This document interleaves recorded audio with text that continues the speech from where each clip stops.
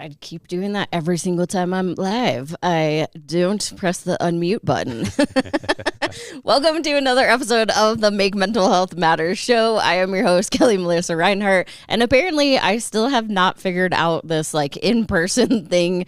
It changes or feels like it changes all the time, but it really doesn't. I just forget to do things when I happen to go live. So whether you have been watching for a really long time or maybe you're tuning in for the very first time, thank you so much for being here. And I am super excited, as with, I feel like every single time I do an episode for my guests, but more so continuing these episodes in person, in studio, being able to sit next to each other and chat with each other versus having just virtual. So I hope you're enjoying these episodes, and I'm going to tell you a little bit about my guest. I know you can already see him, but let me give you some background as to why Joe is sitting next to me. So Joe is the founder and creator of Second Chance Comedy, is living proof that you can turn your life around and make people laugh while doing it. Customer support executive by day, Joe started doing up comedy in 2023. Years ago, Joe battled a crack addiction, and now he uses those past struggles as comedic fuel, transforming tough experiences into hilarious anecdotes. His comedy not only brings laughter, but also gives back to the community with a portion of the proceeds supporting sobriety.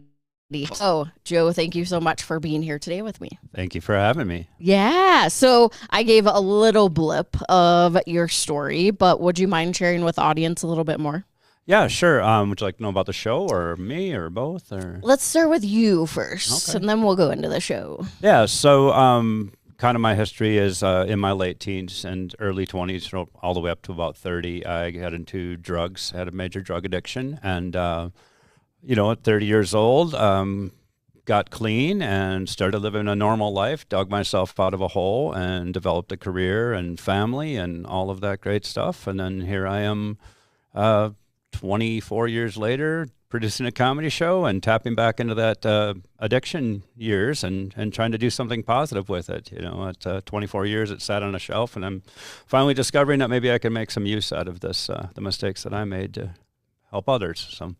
Nice. Well, I know, so some things that not that I know, but some things that I like to do on this show is ask some of the more layered, I guess, detailed questions, just because I truly believe that when we open up the conversation, which I'm sure you do a lot through the comedy show too, is that when we're really tapping into like how these things came about, especially when we talk about addiction, then it allows people to know that they're not alone, whatever they're experiencing.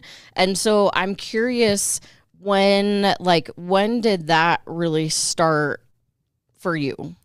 The addiction? Yes, the addiction. It's interesting. I'm just going to preface this with about 10 years ago, there was a pastor from some church that I got talking to, and I was telling him about my addiction in the past. And he asked me, he said, did you ever tap into like why you started down that path? And I'm like, no, I don't care. I don't do drugs anymore. It doesn't matter. Well, it's 10 years later. I'm like, it does matter. So I've really done a lot of work around this, and, I'm in therapy, and I work a lot on, look at my childhood and my upbringing and stuff. And I think it really, probably from a lack of belonging or a lack of feeling like I belonged. And then when I was in my teens, I started smoking pot. And then when I was about 16, I discovered cocaine. And that was kind of where it all started there. So, and then just, I don't know if you know anything about cocaine addiction, but you just kind of do a little bit more each time until it gets out of control. So, yeah, I mean, it's most people that I talk to that have started younger, it's a learned behavior.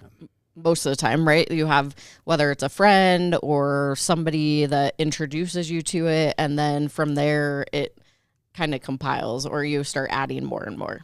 It's interesting for me because like I always felt like I was the rebel in my group of friends, and I was at a friend's house. His parents were out of town, and we were hanging out, and there was this guy there who seemed like he was in his 30s, but it turns out he was our age. He was just big and had a lot of facial hair. But then he had this cocaine on him, and they're like, do you want to try this? And I thought, well, if these guys will do it, it's kind of like a reverse peer pressure. I was supposed to be the bad one in the group, so of course I'm going to do it. And I was the one that really liked it. They, of course, liked it. But for me, my biggest thing is I couldn't drink. Like, I would have a beer or two and I would just be wasted, and I'd be super uncomfortable and nervous. So I'd just instantly taking sips off a beer, and so I'd get drunk really quick. Well, the nice thing about cocaine is you can drink a lot more, and so it kind of countered that. So it started out just being this thing. If I was going to a party or a concert or something, I would just get a small amount just so that I could maintain and not worry about getting too drunk. And then over time, it was more and more, and I cared less about going to these parties, and I cared more about getting the drugs, and it just kind of evolved. Wow. Yeah. So I had a thought that popped into my head, and I know, like, you use your story in your comedy. So I guess in my head, it just seems really funny. When I first thought that I was smoking weed, like, we were actually grass, like, we tried, like pulling little grass out of the ground, and we were like, yeah, we're smoking weed. So that was mine, as very naive, living in Utah, thinking that we were being the rebels. Wow. Smoking grass, actual grass. So like Kentucky bluegrass. Yes, yeah. And that wasn't it. So I remember those moments. But I also, so I do know about cocaine, and I do know about, how, like, it compounds, I guess is the word that's popping into my head, of you need to learn a little bit more. And that's oftentimes most instances because your body, like, builds up a tolerance to it, and then you need more to actually get to that same high that you did the very first time. Yeah. So you have to continue, and that's where it leads people into other substances. Yeah, it definitely evolves. And I think you reach a plateau, and so in order to feel something, you need to get more, to get higher. And it used to be a 1/4 gram of cocaine was good for 4 people to have a good time, and then at one point, a 1/4 gram was one line, it's crazy how that evolved. And then when you get into smoking it, that was the thing that really took me down to the depths, was when I got into smoking coke or smoking crack. That was a whole different thing, because it was just anything to get, if I had $10, I was finding a way to get a hit from, somehow. So, but yeah, it levels up a whole nother level. So yeah, I'm familiar with how it works, but, like, not familiar with any of that. I know the difference, like, for me, like, cocaine versus crack, and how it's powder versus liquid. Solid. Or solid. Yeah. Solid. Like, see, I don't really know the full, but I do know that, yeah, it, like, gives you that extra boost. It's pretty instantaneous. That's especially, like, if a really big hit. We used to call it geeking, because, like, you couldn't talk, because it was just such this rush. But yeah, it was. And I was always, the first time, we couldn't find any powder, and there was a friend of mine, and he said, well, I can get some rock, and I'm like, oh no, I could never do that. That's like crossing a line. And well, we did, and we crossed that line. And I'm just fortunate I never stuck a needle in my arm, because I think that is a whole nother level too. So fortunately, I'm afraid of needles. So that's helpful. Yeah, especially when you're talking about, Yeah. But I am wondering, there's a thought that's popping into my head. The thought that was there was, so if you think about this, right, it has been quite some time, Yep. But now thinking today, and the amount of things that are now in all kinds of drugs. We talk about fentanyl, and now carfentanil, and all these, like, instantaneous that will kill you. Yep. It's pretty scary. I was just talking to a friend of mine about that the other day. I was like, I'm so glad that I'm not into cocaine today, because it is scary. And, even back in the day, like, I even looked this up recently, like, how common cocaine overdoses were, because there's no reason why I shouldn't have. I've done copious amounts of cocaine in a single night. And there's even times where I felt my heart beating and I felt like I could potentially die, but still do more. And I think it kind of, for me, I reached a point where the only way out was death or incarceration. And, a Catholic school kid raised in the suburbs, incarceration didn't sound like the better option of those two. So, so it didn't even scare me to die. But like now I look back and it's like, yeah, with this fentanyl and all these kids that are ODing and they think they're just doing coke, and yeah, it's scary. Yeah. So, And I'm one of those people that watches all the like A&E drug shows, and I am just blown away by the amount of things that they find, and the differences and how they're testing it, and just, yeah, it scares the crap out of me. I was just talking to a friend of mine, at another comedian. We were at an open mic, and he was telling me about his son that's off in college, and he's like, I know he does cocaine, and there's nothing I can do to stop that, so I bought him some test kits so he can at least test it for fentanyl before he does it. And I thought that was kind of interesting. And then I was wondering, like, what do we do that? Like back in the day, would we even care about that, or would we just dive in and see what happens? I don't know. So. Right. And I guess anybody that's out there that might be struggling with a substance use problem, they probably are in that place that, and I know that I really had a lot of conversations with people on the show and people in my life that they're like, if I saw something and I was like drawn to go grab it, it probably would be a case of like, I don't care, it's in front of me. Mm-hmm. So, I think that's the scary part. But I think that's also a good part of the conversation, right? Because your brain, especially in substance use, it gets triggered in certain situations. And if you aren't maybe far enough into your recovery, there is a potential that you could relapse, or there is a potential that you see that thing on the ground or whatever, and you're like, ooh, I'm going to try this. Yeah. It's definitely, we have to understand. And I will say for myself is that I have had many people in my life that have had a substance use challenge, and I have the hardest time with people that are closest to me because I don't know how to help them, and I don't know how to, not that I want to stop them, because I think that when we try to stop people, they're not going to want to. Like, you have to be the one that wants to make the change. I think that's one of the saddest things about it, and I've seen a lot of stories, or heard a lot of stories with parents and their kids, and it's like, there is nothing you can do. There was nothing my parents could do. You can lock them up for 90 days, put them in rehab, and force them to go straight, but that's not going to make them quit drugs. And, there's something that I came up with just recently. I'm trying to figure out how to work this into my set, but it's like I had been doing drugs so long that I thought drugs were the problem. Drugs weren't the problem. Drugs were the symptom. Drugs were my way of escaping the world, escaping the problems. But I think a lot of times you quit doing drugs and you think, oh, I just have to abstain from drugs. And if you're not fixing or working on that stuff that led you down that road in the first place, it's going to be a constant battle.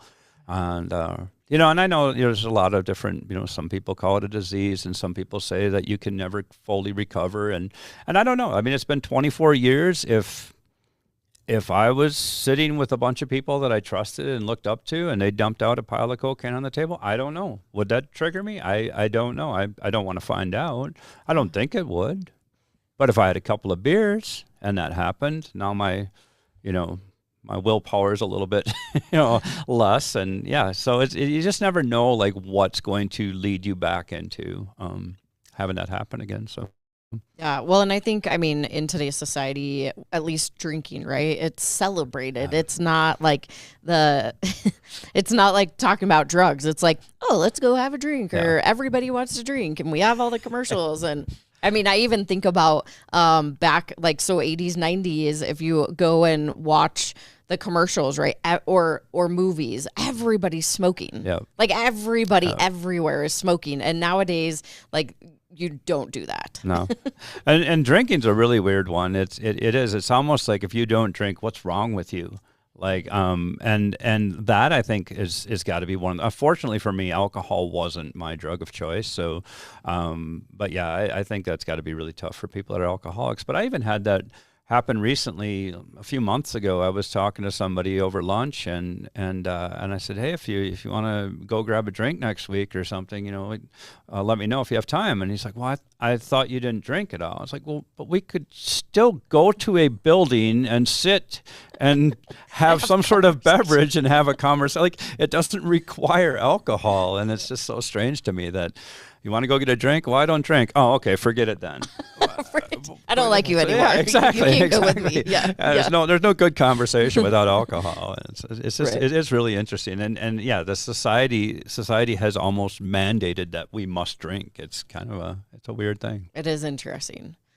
So we're going to go to our quick first sponsor break, but once we get back, I had a couple other thoughts that were popping in my head, but I also want to start talking about the comedy show too. So we'll be right back after this quick sponsored break. Have you ever felt completely alone? Like your life doesn't matter. One person dies due to suicide every 40 seconds. You are not alone. Call the National Suicide Lifeline at 988. Hope and recovery is possible. 1 in 8 people globally live with a mental disorder. That's why empowering minds saves lives. We need your help. With only $19 a month, you help us save lives through mental health and suicide prevention education. Scan the QR code or go to makementalhealthmatter.org to sign up as a warrior for mental health today. Hi, Laura Cross, your host for Mindful Mondays every Monday at 1 p.m. Central Time, where you can embark on a transformative journey of self-care and ultimate happiness. Tune in to the Voyage to Vitality channel on the Achieve TV network. Mindful Mondays with Laura Cross. Be there, be mindful, and join us on E360 TV. Hi, I'm Ann Scotland, the host of Global Socialpreneurs. Join the experts, 12 p.m. EST on the Fresh Takes TV network for the best advice on social entrepreneurship. Join us here on E360 TV. And like that, we're back. If you happen to just be joining the Make Mental Health Matter show, thank you so much for tuning in, whether you are listening or you are watching. My guest, Joe, and I are having a conversation really about his story through addiction and how he has made this transition into comedy and really utilizing his story as fuel for the comedy show that they do. We were kind of chatting a little bit before we went to the break about the society today and how we celebrate people who drink. And if you don't drink, which I have a whole group of friends that are in recovery that do not drink. I am not a person in recovery, and I do drink on occasion, but not very often. So whenever I go out with them, obviously we do a lot of things that are not drinking.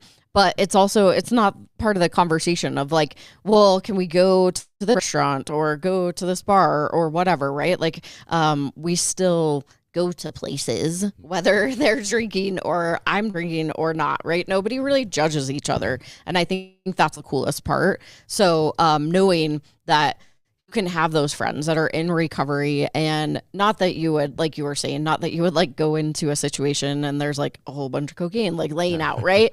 That doesn't happen in bars often. I don't know. It depends on the bar. True. Yeah. So, but I just appreciate like you being vulnerable and sharing your story. And I know that you do that as part of comedy. So I would love for you to just share more about Comedy Tour and what you're doing right now. Yeah, sure.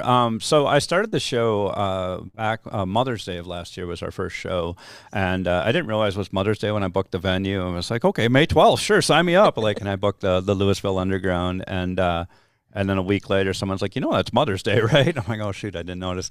But yeah, so it started because I started doing comedy just a little over about a year and a half ago, and I started doing some topical jokes about my past drug addiction that were just kind of silly, and suddenly people were coming up to me after shows and just saying, hey, that was really relatable. And they'd tell me a little bit about their journey with addiction, or, yeah, I used to smoke crack too.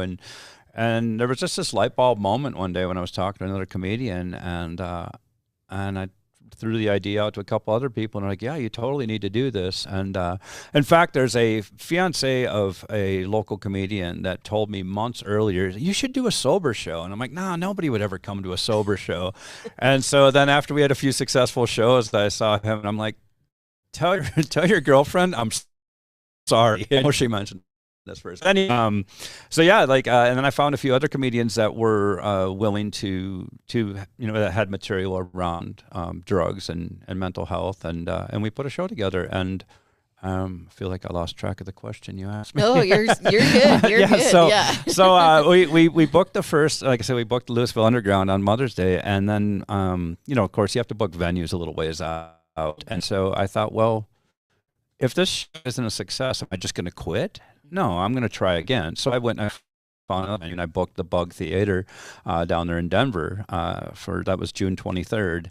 And then I just kind of went crazy, and I drove around and found these other venues and booked like 6 other venues, and had them all lined up. And it's like, okay, well, hopefully this works. But yeah, and it just, I teamed up with Sobriety House, which is a great organization. I was looking for something that was involved in rehab, that was a nonprofit, that was something that I thought could really benefit from this show. And so last year we gave 20% of our ticket sales to Sobriety House. They're a fantastic organization. They're helping people that most of the people in their program cannot afford to get help on their own. So they're legit on the street. They work with homeless people. It's a fascinating organization.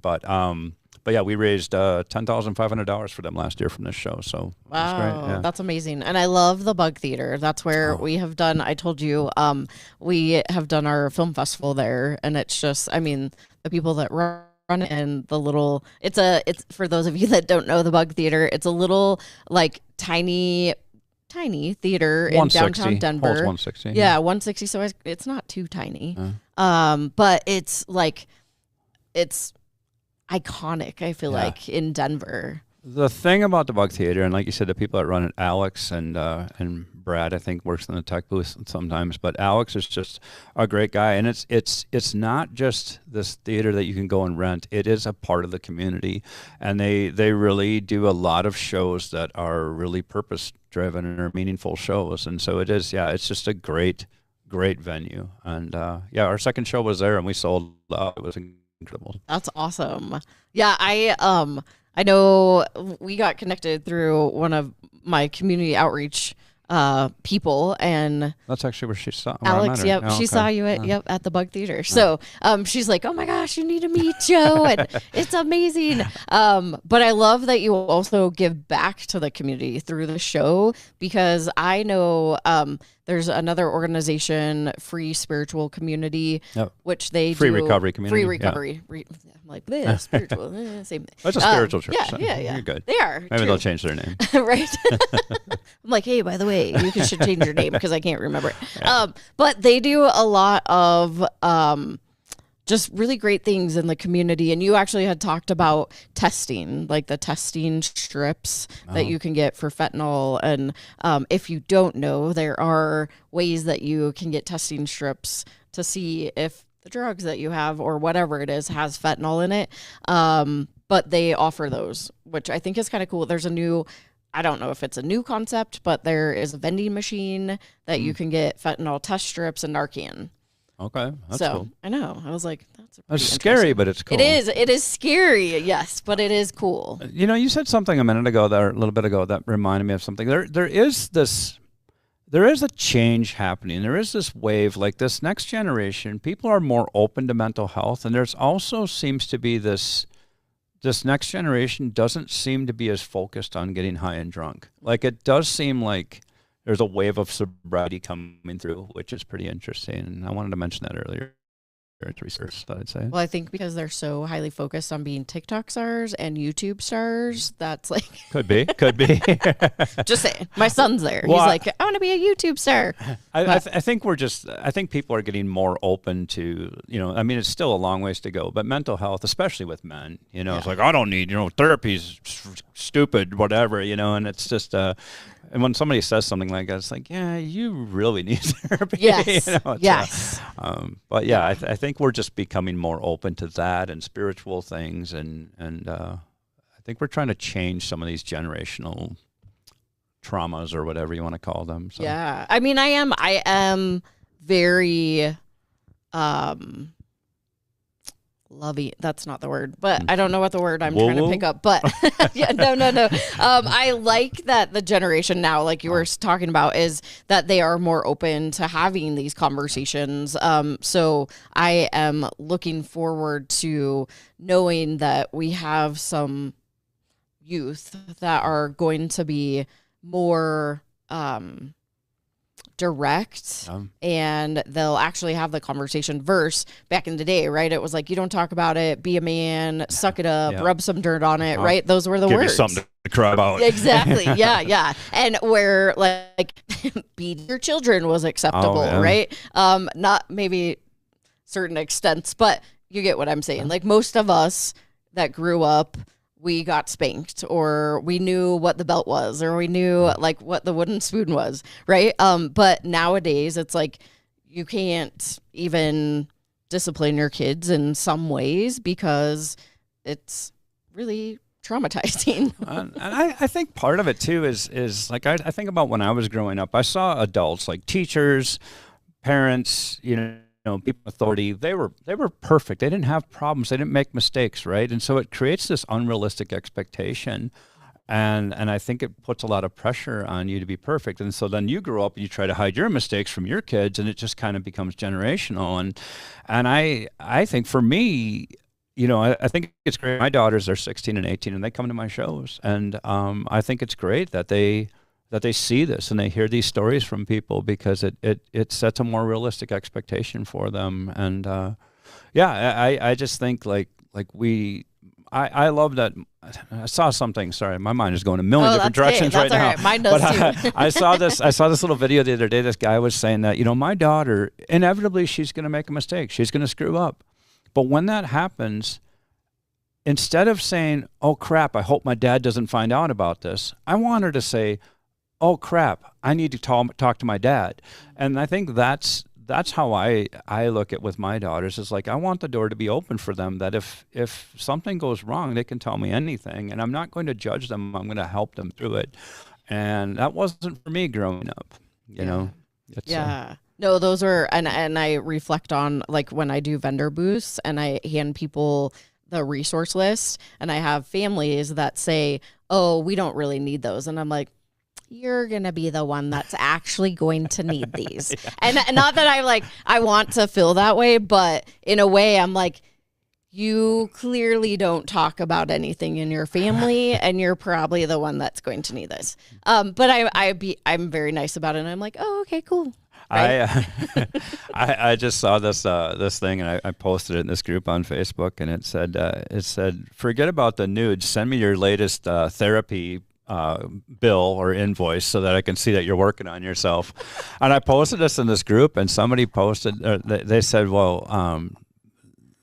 I ride a motorcycle. And I'm like, okay, what does that have to do? And it's like, well, think about it. Have you ever seen a motorcycle outside of a therapist's office? And I'm like, I don't know why. And they're like, well, if you don't ride, you wouldn't understand. And I thought, did you just ironically mock therapy while demonstrating exactly why you need it? I was like, and I don't mean to minimize. And I know things that, like, I know riding cycles or cliff diving, doing those adrenaline things can help, I think, too. I mean, like, stand-up comedy is healing, but is it going to replace therapy? No. And so, yeah. I mean, maybe it can be part of your therapy, for sure. Because laughter is so good for your mental health. Yeah, and that's actually one thing that I, in fact, I'm trying to work on something right now. But I was thinking I'd like to teach stand-up comedy to people in recovery, because I think that could be really helpful in their recovery journey to actually write about it and bring it to the stage. And so that's something I've been toying with, and I want to give a try too. But I think that could be a good outreach program to people in recovery. So I love that. We're going to go to our last quick sponsor break, but once we get back, maybe you will want to share, I don't know, something funny, maybe a little blip of that you do on stage, maybe. I wasn't funny enough so far. No, you're good. Yeah, we'll be right back after this quick sponsor break. We'll see what happens after that.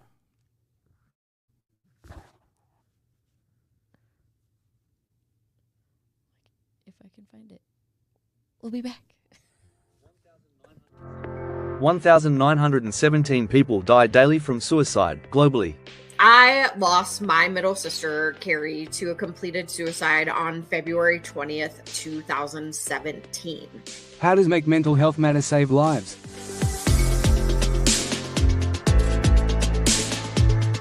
Number 1. Awareness. My story, all of it isn't unique. I am a domestic violence survivor. I was in active addiction. And because of Kelli and the work that she does and the opportunity to have my voice heard, I was able to stay clean and sober and have hit a year. I'm still here. And if it wasn't for Kelli answering my call the day that I thought I was going to take my life.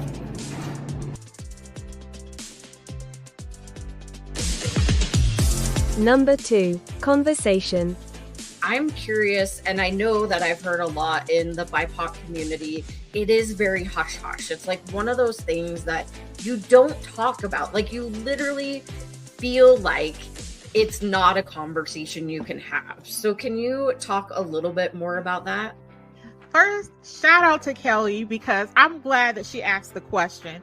I researched you before I went on your show, and I saw how real and authentic you were. And I just appreciate the question, because it is different and we have to have tough, courageous conversations.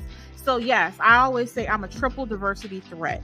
I'm a Black woman with multiple disabilities. Now, I'm not really a threat, but to other people, I may be, because people fear the unknown and what they're uncomfortable with. Number 3. Education. Kelli's passionate commitment to mental health awareness is a beautiful thing. It's clear in her social media posts, it's clear in the resources that she puts together, in the activities that she provides, her collaboration with organizations, and the consistent way that she continues to deliver a message, encouraging people to understand that they can share openly and to break the stigma around mental health. Kelli's topics cover children and adults, talk about things that we can do as a community, things that we can do individually, and her website is packed with information and resources and all kinds of contacts that you can use to reach out, whether you're dealing with something yourself or you're looking to help somebody else who is struggling. I encourage. Mute. Oh my gosh, the mute button. It's like on Zoom, I think I'm mute. Oh, I'm not. I am. Oh, wait, no. Yeah, the clicking of the buttons. Well, I'll get better at it. Thank you for coming back to the Make Mental Health Matter show. I mean, we are talking about comedy, so this is pretty comedic. I actually thought some of the times I should just keep running these and add a whole bunch of funny parts to all my, I don't know. I can send other comedians from the show your way. If Yeah, right. We'll talk about that. All right. Yeah. But I do want you to share, and I know I alluded to it and you're like, what do you want me to do? But I'm curious because I haven't ever seen you on stage, which will change, but share a little, I don't know, do you have a little blip that you could give the audience what you share on stage? It's a little hard to do comedy when you're not in front of an audience, but I'm trying to think of a good joke. But, I think, one of the jokes that I want to work on this, but one of the jokes that I've brought in that I think has a message is nobody chooses addiction. It's not like you come to this fork in the road where one sign says full life's potential and you're like, what's down this way? Incarceration, insurmountable debt, extreme tooth decay. Yeah, I want those things, But then I compare it to, I said, addiction is more like a kid on a big wheel at the top of a giant hill. It starts out like innocent fun, but then suddenly you're moving so fast that you can't stop or get off. And the only way that ride ends is after you run over everybody you love and smash into a police car. And, it's the first time. So the first time I did that joke at a show, it wasn't even one of my second chance comedy shows. And I posted that reel on Instagram. And this boss of mine from 12 years ago, attacked me through the comments. He's like, you can't make jokes about that. That's not funny. I lost people to addiction. And it's like, okay, but the purpose of the joke is to try to open people's eyes that it's not a choice. Nobody decides one day, hey, I want to be a drug addict and screw up my whole life. That's I don't think anybody's ever decided that. No. But I think it's so easy for people to be judgmental toward people that are caught up in drug addiction. And that's one of the big things that I'm hoping the show does, is maybe open people's eyes to It's not a choice. And some really great people, some really smart people, some really wonderful, loving, caring people go down the path of addiction. And it's oftentimes because something that they didn't deal with, or something that misguided them in life, or for some reason they didn't find a place to fit in, or whatever it could be.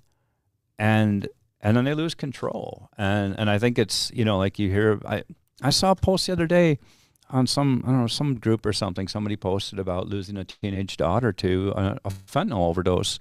And the comments were just brutal. It's like, well, if you would have raised them correctly. It's like, it's not about how, I love the Monday quarterbacks on parenting, it's just like, it's so ridiculous. But yeah, it's you could be the best parent. You could read all the books and do everything perfect, and your kid still might make a wrong turn. And so we got to stop judging. We got to remove this around drug addiction. Even me, when I had an article written about me in the Westward, and I just had a conversation with somebody at a coffee shop, and then a couple weeks later the article dropped. I'm like, what did I do? I just put this out on the internet, and but then I thought, how can I have this mission behind this show if I'm not willing to put myself out there? So if people are going to judge me for it, that's on them. Yeah. I mean, when I started this show, right, I born and raised Mormon. I grew up in Utah, moved to Colorado when I was 7, completely different world here than Utah. Only practiced maybe till I was 12.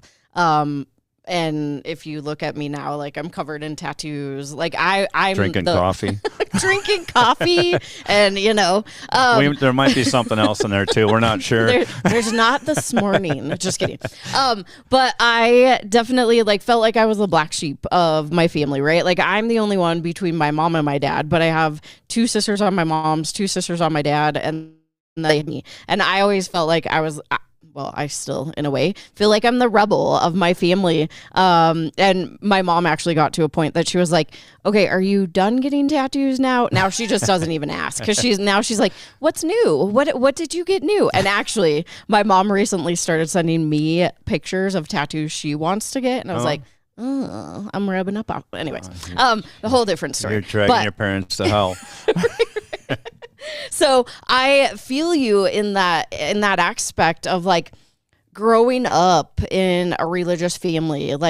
My parents were the best parents. They did everything that they knew to do with the resources that they had, right? And it's not about you. It's not about how you parent. It's not about the people it may be the people you hang out with.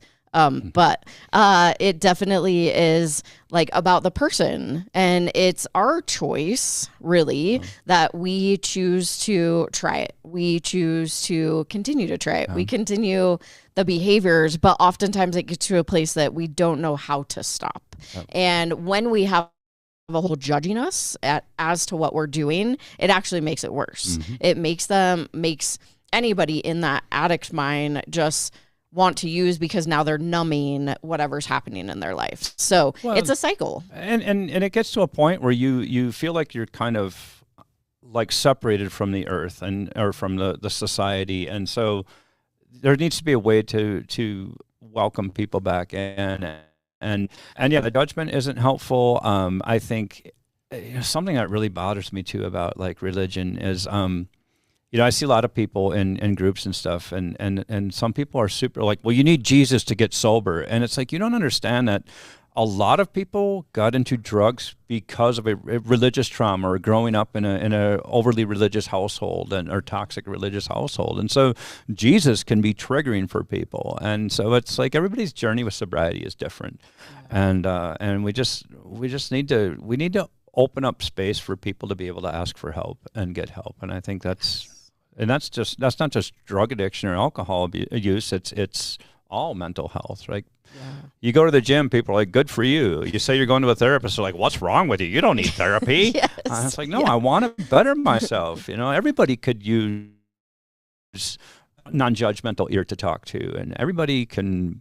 I think that's one of the biggest problems is in society in general, it's like if I get angry at you, it's like, you need to change. But really, it's like, no, I need to change. Yeah. I need to look at what's causing, why did what you say trigger me so much? That's what's going to help us grow closer together as a society. Yeah. That's really bad with the politics now, too. It's just like, we need to learn to talk to each other. Right, We got to right. get better at that. I mean, and in a way that we're not judging each other, nor like I can be friends with anybody, right? Like I'm not going to judge you, like whatever your political belief is, whatever your religious belief is, whatever you happen to have gone through in your life. It took me a long time to get to the place that I am today, right? But I also think like every therapist needs a therapist, right? Like it's one of those things is that we all do. We all need a sounding board. We all need somebody that can support us and just listen and hear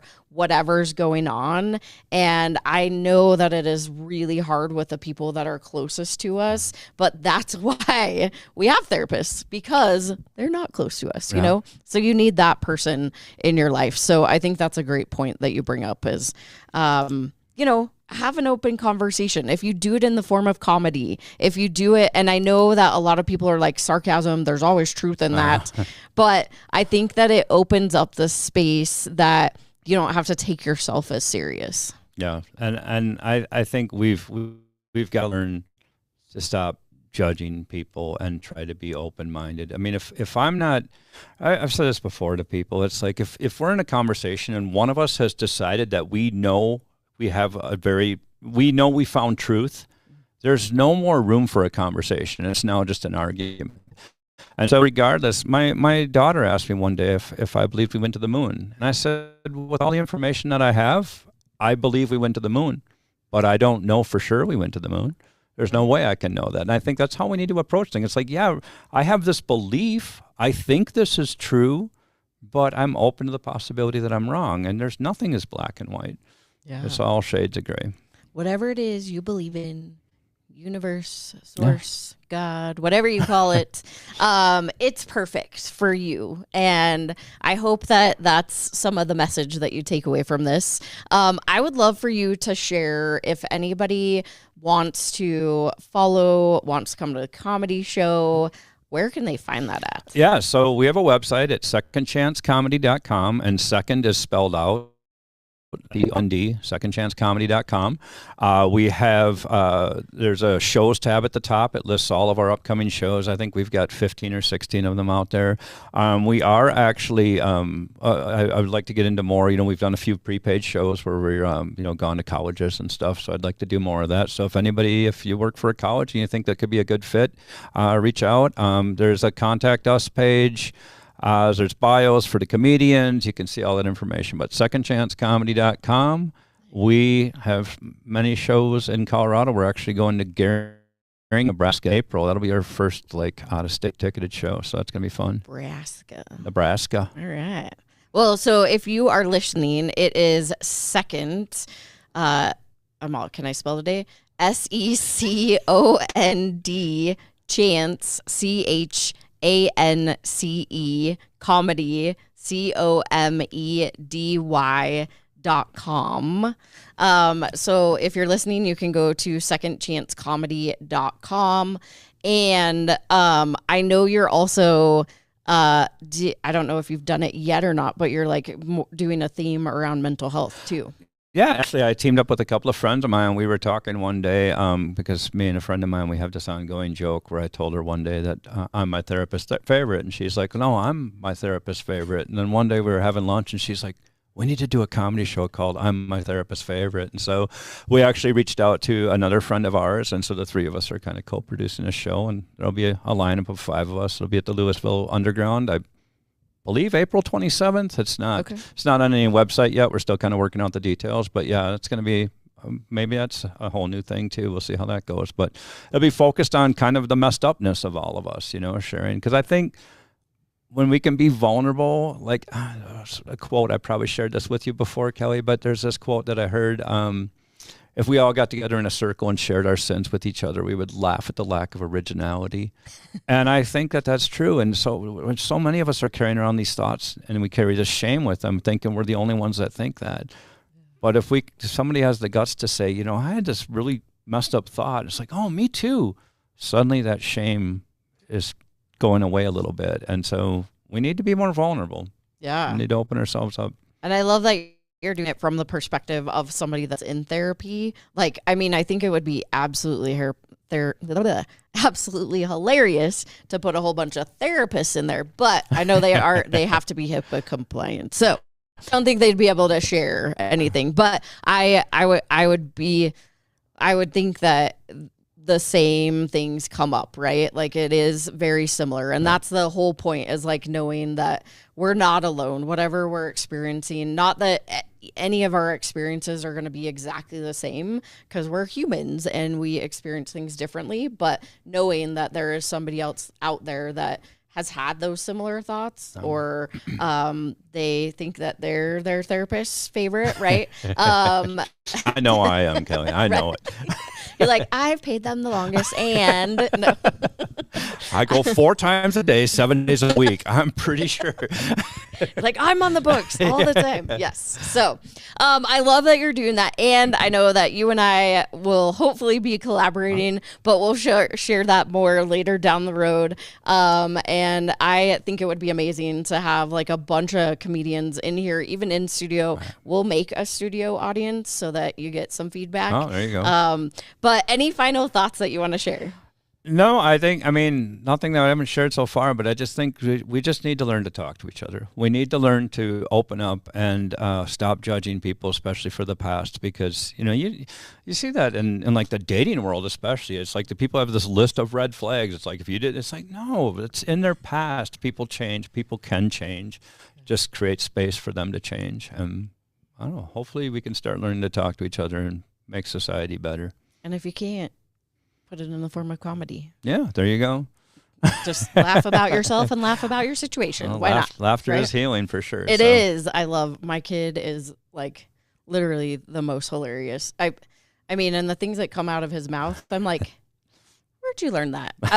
There's one, so I have to share this right before we're done. But and I don't know where he gets most things off of TikTok or YouTube, the shorts. But one day he came up to me and he was like, sticking his teeth out, and he's like, kiss me on the hot mouth. And I was like, okay, not appropriate with your mom, but hilarious. And he does it to all of the family, so it's even funnier when he does it to dad, because I'm like, not appropriate, but hilarious. So if you can't have a conversation or in a dark place, search out some laughter, because I know just the simple smile, like that's truly, you can fake it till you make it. It actually releases endorphins in your brain, which helps you if you might be struggling, whether it's depression or another mental health challenge that's bringing you down. Laughter is a great solution. So I hope that you enjoyed this episode. I'll have you come back, because it's super easy chatting, and I think that we could go down so many different rabbit holes.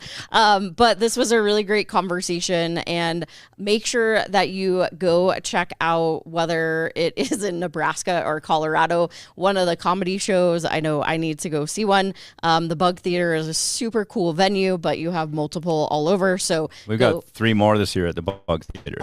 So we're in April, July, and November. We'll be at the Bug. So nice. Yes. So make sure you go check it out. secondchancecomedy.com. No matter what you do, make sure that you come back next week. I go live every single Monday, 5 p.m. Mountain Time on E360 TV, or you can listen on Dream Vision 7 Radio at 5 a.m. or 5 p.m. Mountain Standard Time.